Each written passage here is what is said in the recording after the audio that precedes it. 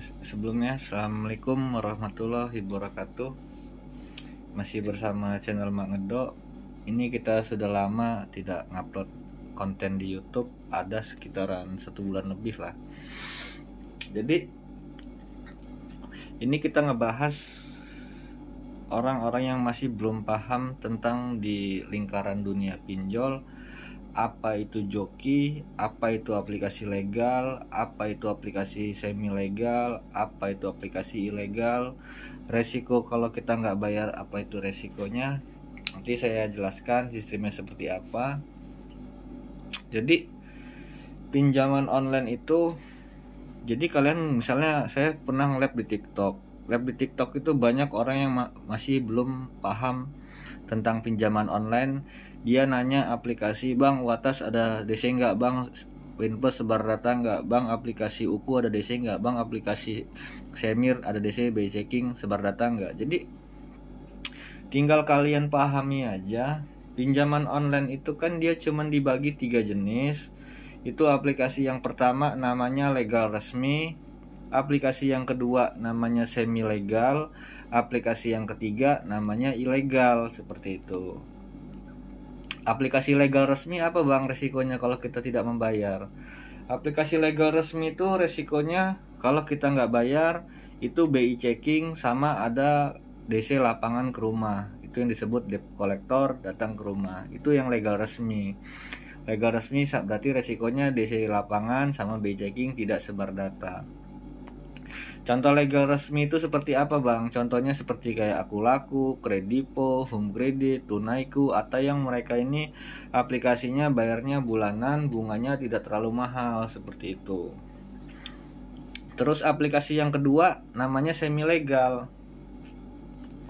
Semi legal itu dia aplikasinya memakai logo OJK, tapi dia OJK-nya cuman embel-embel aja. Kenapa OJK embel-embel? Karena semi legal tenornya variasi, ada yang 14 hari, 22 hari, 15 hari, 28, 1 bulan, tapi bunganya mahal. Itu yang semi legal. Semi legal kalau kita nggak bayar apa bang resikonya? Semi legal gagal bayar, kalau kalian gagal bayar sendirian, itu aplikasi semi legal tidak ada isi lapangan, tidak ada BI checking. Tapi kalau kalian gagal bayar main sendirian, tidak didampingin joki, tidak diajarin, itu berakibatkan bisa menelpon keluar kontak darurat. Apa bang keluar kontak darurat artinya? Keluar kontak darurat itu artinya misalnya kalian nyantumin kontak daruratnya si A sama si B, tapi DC bisa tahu menelpon ke yang lain, seperti itu. Makanya orang-orang kalau gagal bayar diajarin sama joki, main ke aplikasi semi legal, itu nggak bakal keluar kontak darurat karena didampingin, disetting, diajarkan, di backupin atau dialihkan menggunakan kontak fake, seperti itu. Terus aplikasi yang ketiga namanya ilegal. Ilegal tuh tenornya makin menurun, tenornya 7 hari di aplikasi ilegal. Nah, ilegal ini tenornya 7 hari. Kalau ada orang yang sudah main aplikasi ilegal 7 hari, mau aplikasinya itu satu aplikasi di dalamnya ada banyak jin-jin tuyul-tuyulnya di aplikasi ilegal yang tenor-tenor 7 hari itu, kalau nggak bayar itu yang dimaksud dengan sebar data. Jadi kalian pahamin aja yang semi legal, yang legal resmi, sama yang ilegal. 3 jenis itu aja golongan pinjol. Jadi kalau yang ilegal, yang tenor 7 hari, jangan kalian tanya lagi, bang aplikasi Supercash sebar data nggak, bang aplikasi Abadi Dana ada DC sebar data nggak, bang aplikasi Dana Baguslah ada DC sebar data nggak. Itu udah pasti sebar data. Kalau yang ilegal itu yang tenor 7 hari, kalau kita nggak bayar itu resikonya data kita disebar. Sebar data itu seperti apa bang? Kadang orang banyak komen-komen atau lagi live typing orang-orang yang nonton TikTok, sebar data itu dia nanya sebar data tapi nggak ngerti apa itu arti sebar data. Sebar data itu sebenarnya muka kita, verifikasi wajah kita, foto KTP kita lagi mangap-mangap, kita lagi kedip-kedip manja,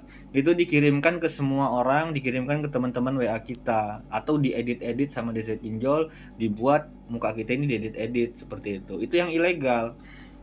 Kalau yang semi legal sama yang legal resmi dia nggak sebar data. Kalau yang semi legal resikonya kalau orang gagal bayar sendirian itu berakibatkan bisa menghubungi keluar kontak darurat tapi tidak sebar data, dia menelpon. Jadi misalnya kalian gagal bayar nih di aplikasi Watas atau Bantu Saku, kalian gagal bayar, kontak daruratnya si A sama si B. Nah, DC pinjol ini bisa menghubungi ke D, ke G, ke F, atau ke J, atau ke Z, ke kontak yang lain, tapi mereka tidak bakal menyebutkan aplikasi dari mana untuk menagih seperti itu. Misalnya DC Pinjol nagihnya ke teman kalian, tolong sampaikan ke atas nama ini telah jatuh tempo, tolong segera sampaikan, seperti itu. Jadi teman ada kata-kata cuman tolong segera sampaikan, tolong ingatkan dia telah jatuh tempo di aplikasi gitu doang, nggak bakal nyebutin merek aplikasi dari apa. Soalnya kalau dia sampai nyebutin merek itu aplikasinya dicabut. Seperti itu. Jadi kalian tinggal pahamin aja legal sama ilegal. Jadi seperti itu. Jadi kalian nggak perlu lagi nanya-nanya orang, bang Pinterest sebar data nggak, bang Semir sebar data ada DC nggak, bang Singa ada DC sebar data nggak. Tinggal kalian pikirkan aja, legal resmi bulanan, semi legal 14, 15, 22, 28 hari atau 1 bulan tapi bunganya mahal, ilegal tenornya 7 hari. Resikonya berbeda 3 aplikasi ini. Yang legal resmi BI checking DC ke rumah tapi tidak sebar data. Yang semi legal tidak ada DC, tidak ada BI checking tapi berakibatkan kalau main sendirian terjadinya menghubungi keluar kontak darurat. Kalau yang ilegal gagal bayar, resikonya keluar kontak darurat atau sebar data dia. Ini yang sebar data ini cuman yang aplikasi golongan nomor 3 doang, ilegal namanya. Karena ilegal nih dicekal sama pemerintah, tidak bayar pajak, bunganya yang sangat sadis, tenor yang sangat singkat, penagihan yang sangat kasar. Ini yang ilegal seperti itu. Jadi nggak semua pinjaman online sebar data, tidak. Tinggal pahamin aja legal, semi legal, ilegal, diajarkan seperti itu. Jadi untuk kalian yang masih belum paham tentang joki pinjol itu seperti apa, joki pinjol itu sebenarnya dia cuma mengarahkan, membantuin kalian supaya kalian ini berhenti dari lingkaran pinjol, berhenti dari lingkaran gali lubang tutup lubang. Karena kita ini sudah dipermainkan sistem pinjol, muter sana putar sini, ambil sana, tarik lagi, lunasin lagi, ambil lagi, tutup lagi sana. Jadi gali lubang tutup lubang udah kayak lagu Rhoma Irama, gali lubang tutup lubang, gali lubang tutup lubang terus. Jadi yang masih belum paham tentang joki pinjol itu, joki pinjol itu yang pertama mendampingi kalian untuk berani gagal bayar. Harus berani gagal bayar main pinjol. Karena kalau kalian tidak berani gagal bayar main pinjol, kalian bakal diperbudak sama pinjol, bakal dipermainkan sama pinjol. Dibuatlah sistemnya muter sana, putar sini, tarik sana, lunas lagi, tarik lagi, ambil lagi, bayar sana, tarik lagi, tutup lagi. Sampai banyak aplikasi limitnya dari 1 juta akhirnya membesar, lunas naik limit, putar, akhirnya statusnya gagal bayar juga karena sudah nggak kuat main pinjol seperti itu. Jadi joki pinjol itu dia cuma mendampingi kalian untuk gagal bayar. Joki pinjol bisa membantuin orang-orang yang statusnya belum telat jatuh tempo sama sekali di aplikasi manapun dan belum banyak aplikasi yang ditolak seperti itu. Mau di aplikasinya ada 10, 1 sudah telat, 9 belum telat, sama aja statusnya sudah gagal bayar. Yang penting belum telat sama sekali dan belum banyak tolakan. Makanya data waktu masih bagus, jangan kebanyakan mikir, jangan kebanyakan dia coba-coba main sendirian, karena berakibatkan itu bisa fatal. Karena kalau dia terjebur main ilegal, dia bisa kesadap, kontak handphonenya bisa kesadap. Nah, jadi yang ilegalin yang joki ini dia cuman untuk mendampingin kalian gagal bayar. Misalnya kalian punya utang di aplikasi Akulaku, Kredipo, Home Credit, Tunaiku, Shopee atau Indodana, statusnya kan legal. Nah, kalian ini diajarkan sama joki main ke aplikasi yang lain, gagal bayar aplikasi yang diajarin joki. Duit aplikasi yang diajarin sama joki ini diputarkan untuk menutupi semua tagihan kalian yang legal-legal resmi dibayarkan. Jadi statusnya kalian gagal bayar boleh, tapi pilihlah aplikasi yang aman kayak ilegal atau aplikasi yang aman. Gak apa-apa gagal bayarin. Terus duitnya ditutupin ke tagihan legal resmi. Tapi kalian gagal bayarnya itu diajarin sama joki gimana caranya kita gagal bayar. Aplikasi yang diajarin ini tidak ada DC lapangan ke rumah, dipilihkan yang tidak ada DC ke rumah. Yang kedua, dipilihkan yang tidak ada BI checking. Yang ketiga, data kita nggak bakal kesebar. Dibantuin gimana caranya data kita nggak bakal kesebar. Jadi posisi nanti kita gagal bayar, itu cuman kalian saja yang dihubungin, cuman kalian saja yang ditelepon. Kalau cuman kalian saja yang dihubungin, cuman kalian saja yang ditelepon, nanti pas hari keempat kelima, kalian sudah diajarin cara ngeblokirin DC, cara ngadepin DC, sudah ketutup semua tagihannya, kalian gagal bayar di aplikasi yang aman, sudah itu berhenti main pinjol, berhenti dari lingkaran riba, stop main pinjol. Jadi jangan mau kita diperbudak pinjol, puter sana, puter sini, tarik sana, ambil lagi, lunasin lagi, tutupin lagi. Karena kalau main pinjol itu ya, ada yang sampai hutangnya ratusan juta, sampai di atas 200 juta pinjaman 200 utang pinjol di aplikasi pinjol, sampai dia punya hutang main pinjol tuh sampai 300 juta, sampai 200 juta, 100 juta, karena dia putarannya gali lubang tutup lubang, tarik lagi, lunas lagi. Jadi misalnya kalian minjem di aplikasi Bantu Saku, Pinplus, Watas, Indosaku, terus Semir, misalnya limitnya dari awal semua aplikasi ini kan limitnya 1 juta nih. Kalian rawatlah aplikasi itu sampai limitnya 3 juta, sampai limit itu 5 juta, sampai ada yang limitnya sampai 9 juta. Itu kelenger kalian main pinjol kayak gitu. Tenornya 15 hari, cara penagihannya itu udah kasar, dipermainkan. Jadi mumpung data kalian masih bagus, hentikan main pinjol, stop gali lubang tutup lubang. Hiduplah seperti kayak dulu lagi, tanpa mengenal pinjol, tanpa memutar gali lubang tutup lubang. Berhenti dari lingkaran pinjol, berhenti total. Berhentilah main pinjol, hidup seperti dulu lagi, tidak mengenal pinjol, gajian kalian utuh. Kalau orang sudah main pinjol, itu bakal menjerat, muter sana, puter sini, tarik sana, puter sini terus. Dia nggak bakal berhenti-berhenti. Sampai pala dia pusing, sampai kelenger, sampai dia mabok aplikasi pokoknya. Sampai nggak tahu lagi aplikasi mana yang mau diajukan, aplikasi mana yang mau dibayar.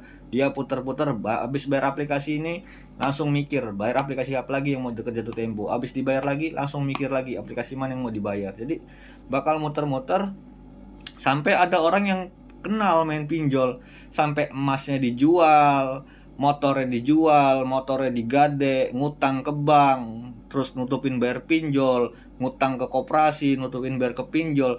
Nyatanya sampai sekarang dia masih terlilit main di utang pinjaman online. Jadi lingkaran pinjol ini gak bakal bisa terbebas. Kalau mau berhenti lingkaran pinjol, itu cuma dua. Kalau emang mau berhenti dari lingkaran pinjol, yang pertama, dia habis ACC, dia lunaskan, habis dilunaskan ditolak, habis dilunasin ditolak, otomatis kalian berhenti di pinjaman online yang itu, nggak bakal gali lubang tutup lubang karena sudah dilunasin ditolak. Yang kedua, antara aplikasinya ada ACC, aplikasinya ACC nggak kalian bayar. Kalau ada aplikasi yang ACC nggak kalian bayar, kalian sudah nggak bakal lagi main pinjol kemanapun, bakal ditolak karena kedetek dari nomor seperti itu. Jadi kenapa bisa kedetek? Karena pinjaman online itu dibuatkan landing robot pinjol.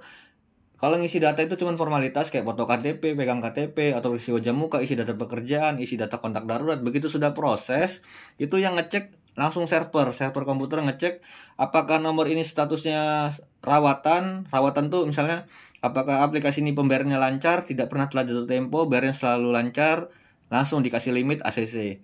Begitu orang ngajuin lagi, apakah nomor ini statusnya sudah telat jatuh tempo, dilihat ternyata nomornya sudah ada telat di aplikasi yang lain, langsung di reject, ditolak.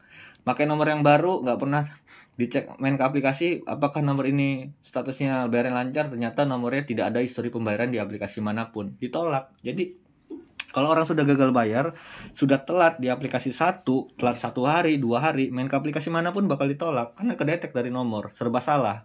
Pakai nomor yang lama ditolak karena ada aplikasinya ketahuan ada yang aplikasinya nggak dibayar.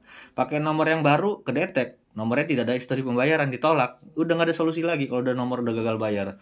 Jadi solusinya, kalau orang yang masih datanya masih bagus, masih bisa kita hentikan main pinjol, ambillah sebanyak-banyaknya aplikasi yang aman, duitnya tutupin ke aplikasi yang bahaya, udah ketutup semua, sudah itu berhenti main pinjol. Seperti itu.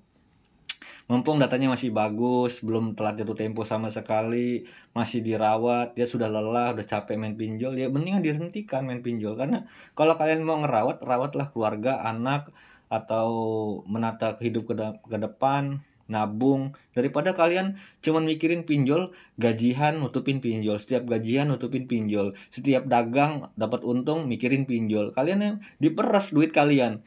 Kerja sebulan capek-capek buat bayar pinjol, kerja sebulan capek-capek buat bayar pinjol, dagang capek-capek dari pagi sampai sore sampai malam, keringet sampai kaki, duitnya buat bayar pinjol, putar terus, akhirnya capek main pinjol seperti itu. Jadi hentikan main pinjol, mumpung belum telat.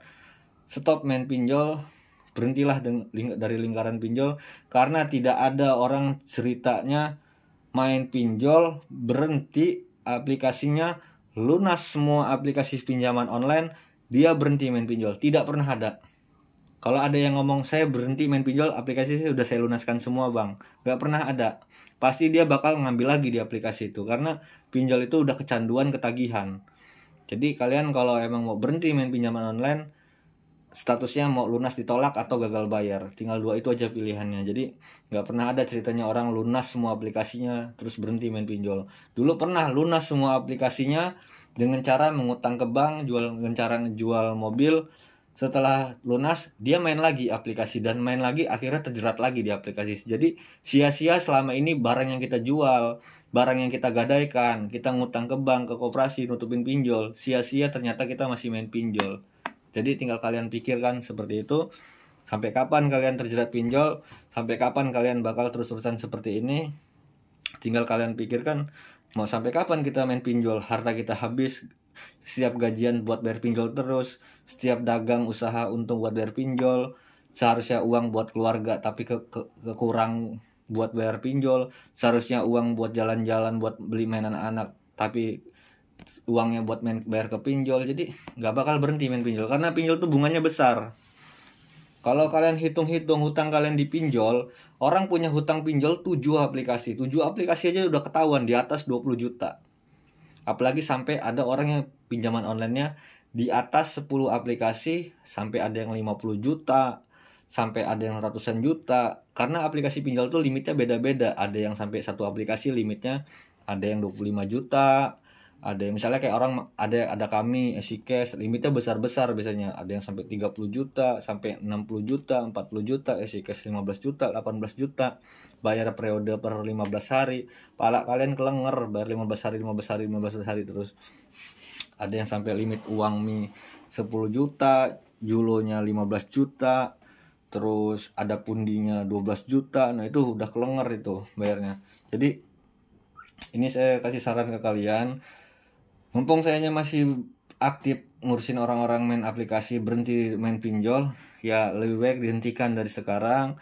Kalau kalian ketemu joki yang sudah berpengalaman, rekodnya sudah lama, dia sudah lama ngajarin orang, sudah lama yang dibantuin, sudah banyak orang yang sudah terbebas dari lingkaran pinjol, ya kalian nggak perlu lagi nanya ke jokinya, bang abang bisa dipercaya nggak, abang bisa amanah nggak. Jadi joki itu kan ada dua golongan, ada yang jokinya penipu, ada yang jokinya niatnya baik untuk menolong kalian supaya kalian ini berhenti dari lingkaran pinjol, berhenti dari lingkaran aplikasi, berhenti dari lingkaran riba, supaya kalian ini hidup seperti dulu lagi, tidak mengenal pinjol. Berhentilah total main pinjol, fokuslah ke pekerjaan kita, fokuslah ke dagangan kita, usaha kita, nggak usah lagi mikirin bayar utang-utang pinjol ini, karena pinjol ini mengganggu pekerjaan kita, pinjol ini mengganggu kita lagi usaha, dia bakal menggangguin terus. Bakal dapat iklan tawaran pinjol, dapat iklan YouTube, iklan-iklan pinjol, dapat SMS pinjol, dapat WA tawaran pinjol, dapat telepon tawaran pinjol. Jadi kalian tuh bakal dijor-jorin, tawarin supaya kalian tuh terjerat main pinjol. Itulah aplikasi yang dimaukan, supaya kalian itu terjerat di pinjol, supaya kalian tuh hartanya habis, supaya kalian muter-muter gali lubang tutup lubang, pala kalian pusing putar sana putar sini, ambil sana tutupin lagi, ambil lagi, puter-puter terus, akhirnya pala kalian pusing. Akhirnya kalau nggak kuat mental, ada orang yang sampai mengakhiri hidupnya seperti itu. Jadi kalau ada orang yang punya pemikiran seperti itu, jangan, karena itu dia dengan cara mati konyol. Lebih baik kita selesaikan pinjol. Ya intinya orang main pinjol tuh mentalnya harus kuat, harus berani. Kalau mentalnya nggak kuat, jangan main pinjol, karena pinjol ini melumpuhkan mental. Dapat kena serangan teroran, dapat kencaman malu, dianya bisa malu dari perusahaan, dari malu dari pekerjaan, atau dari dia malu dari rumah. Makanya orang yang main pinjol terjerat itu kita kuatkan mentalnya supaya mentalnya kuat seperti itu. Jadi yang masih rawatan aplikasi, misalnya dia belum telat jatuh tempo, belum banyak tolakan, rawatannya bagus, tagihannya besar-besar, limitnya besar-besar, hentikan. Yang penting belum telat jatuh tempo, belum banyak tolakan, itu masih bisa saya bantuin. Bisa langsung inbox ke Instagram atau ke Facebook. Facebooknya sama Instagram sama kok, Mang Edo. Bisa langsung inbox ke Facebook atau Instagram. Kalau Facebook nggak ngebales, berarti banyak yang inbox, kalian langsung inbox aja ke Instagram. Nah, kalau inbox ke TikTok kan rame yang inbox. Nah, mendingan saya sarankan inboxnya yang paling cepat saya respon tuh di Instagram. Kalau nggak di Facebook, dua itu aja. Karena akun Facebook saya ngajarin jadi joki udah lama. Udah di atas 3 tahun saya ngajarin kayak beginian seperti itu.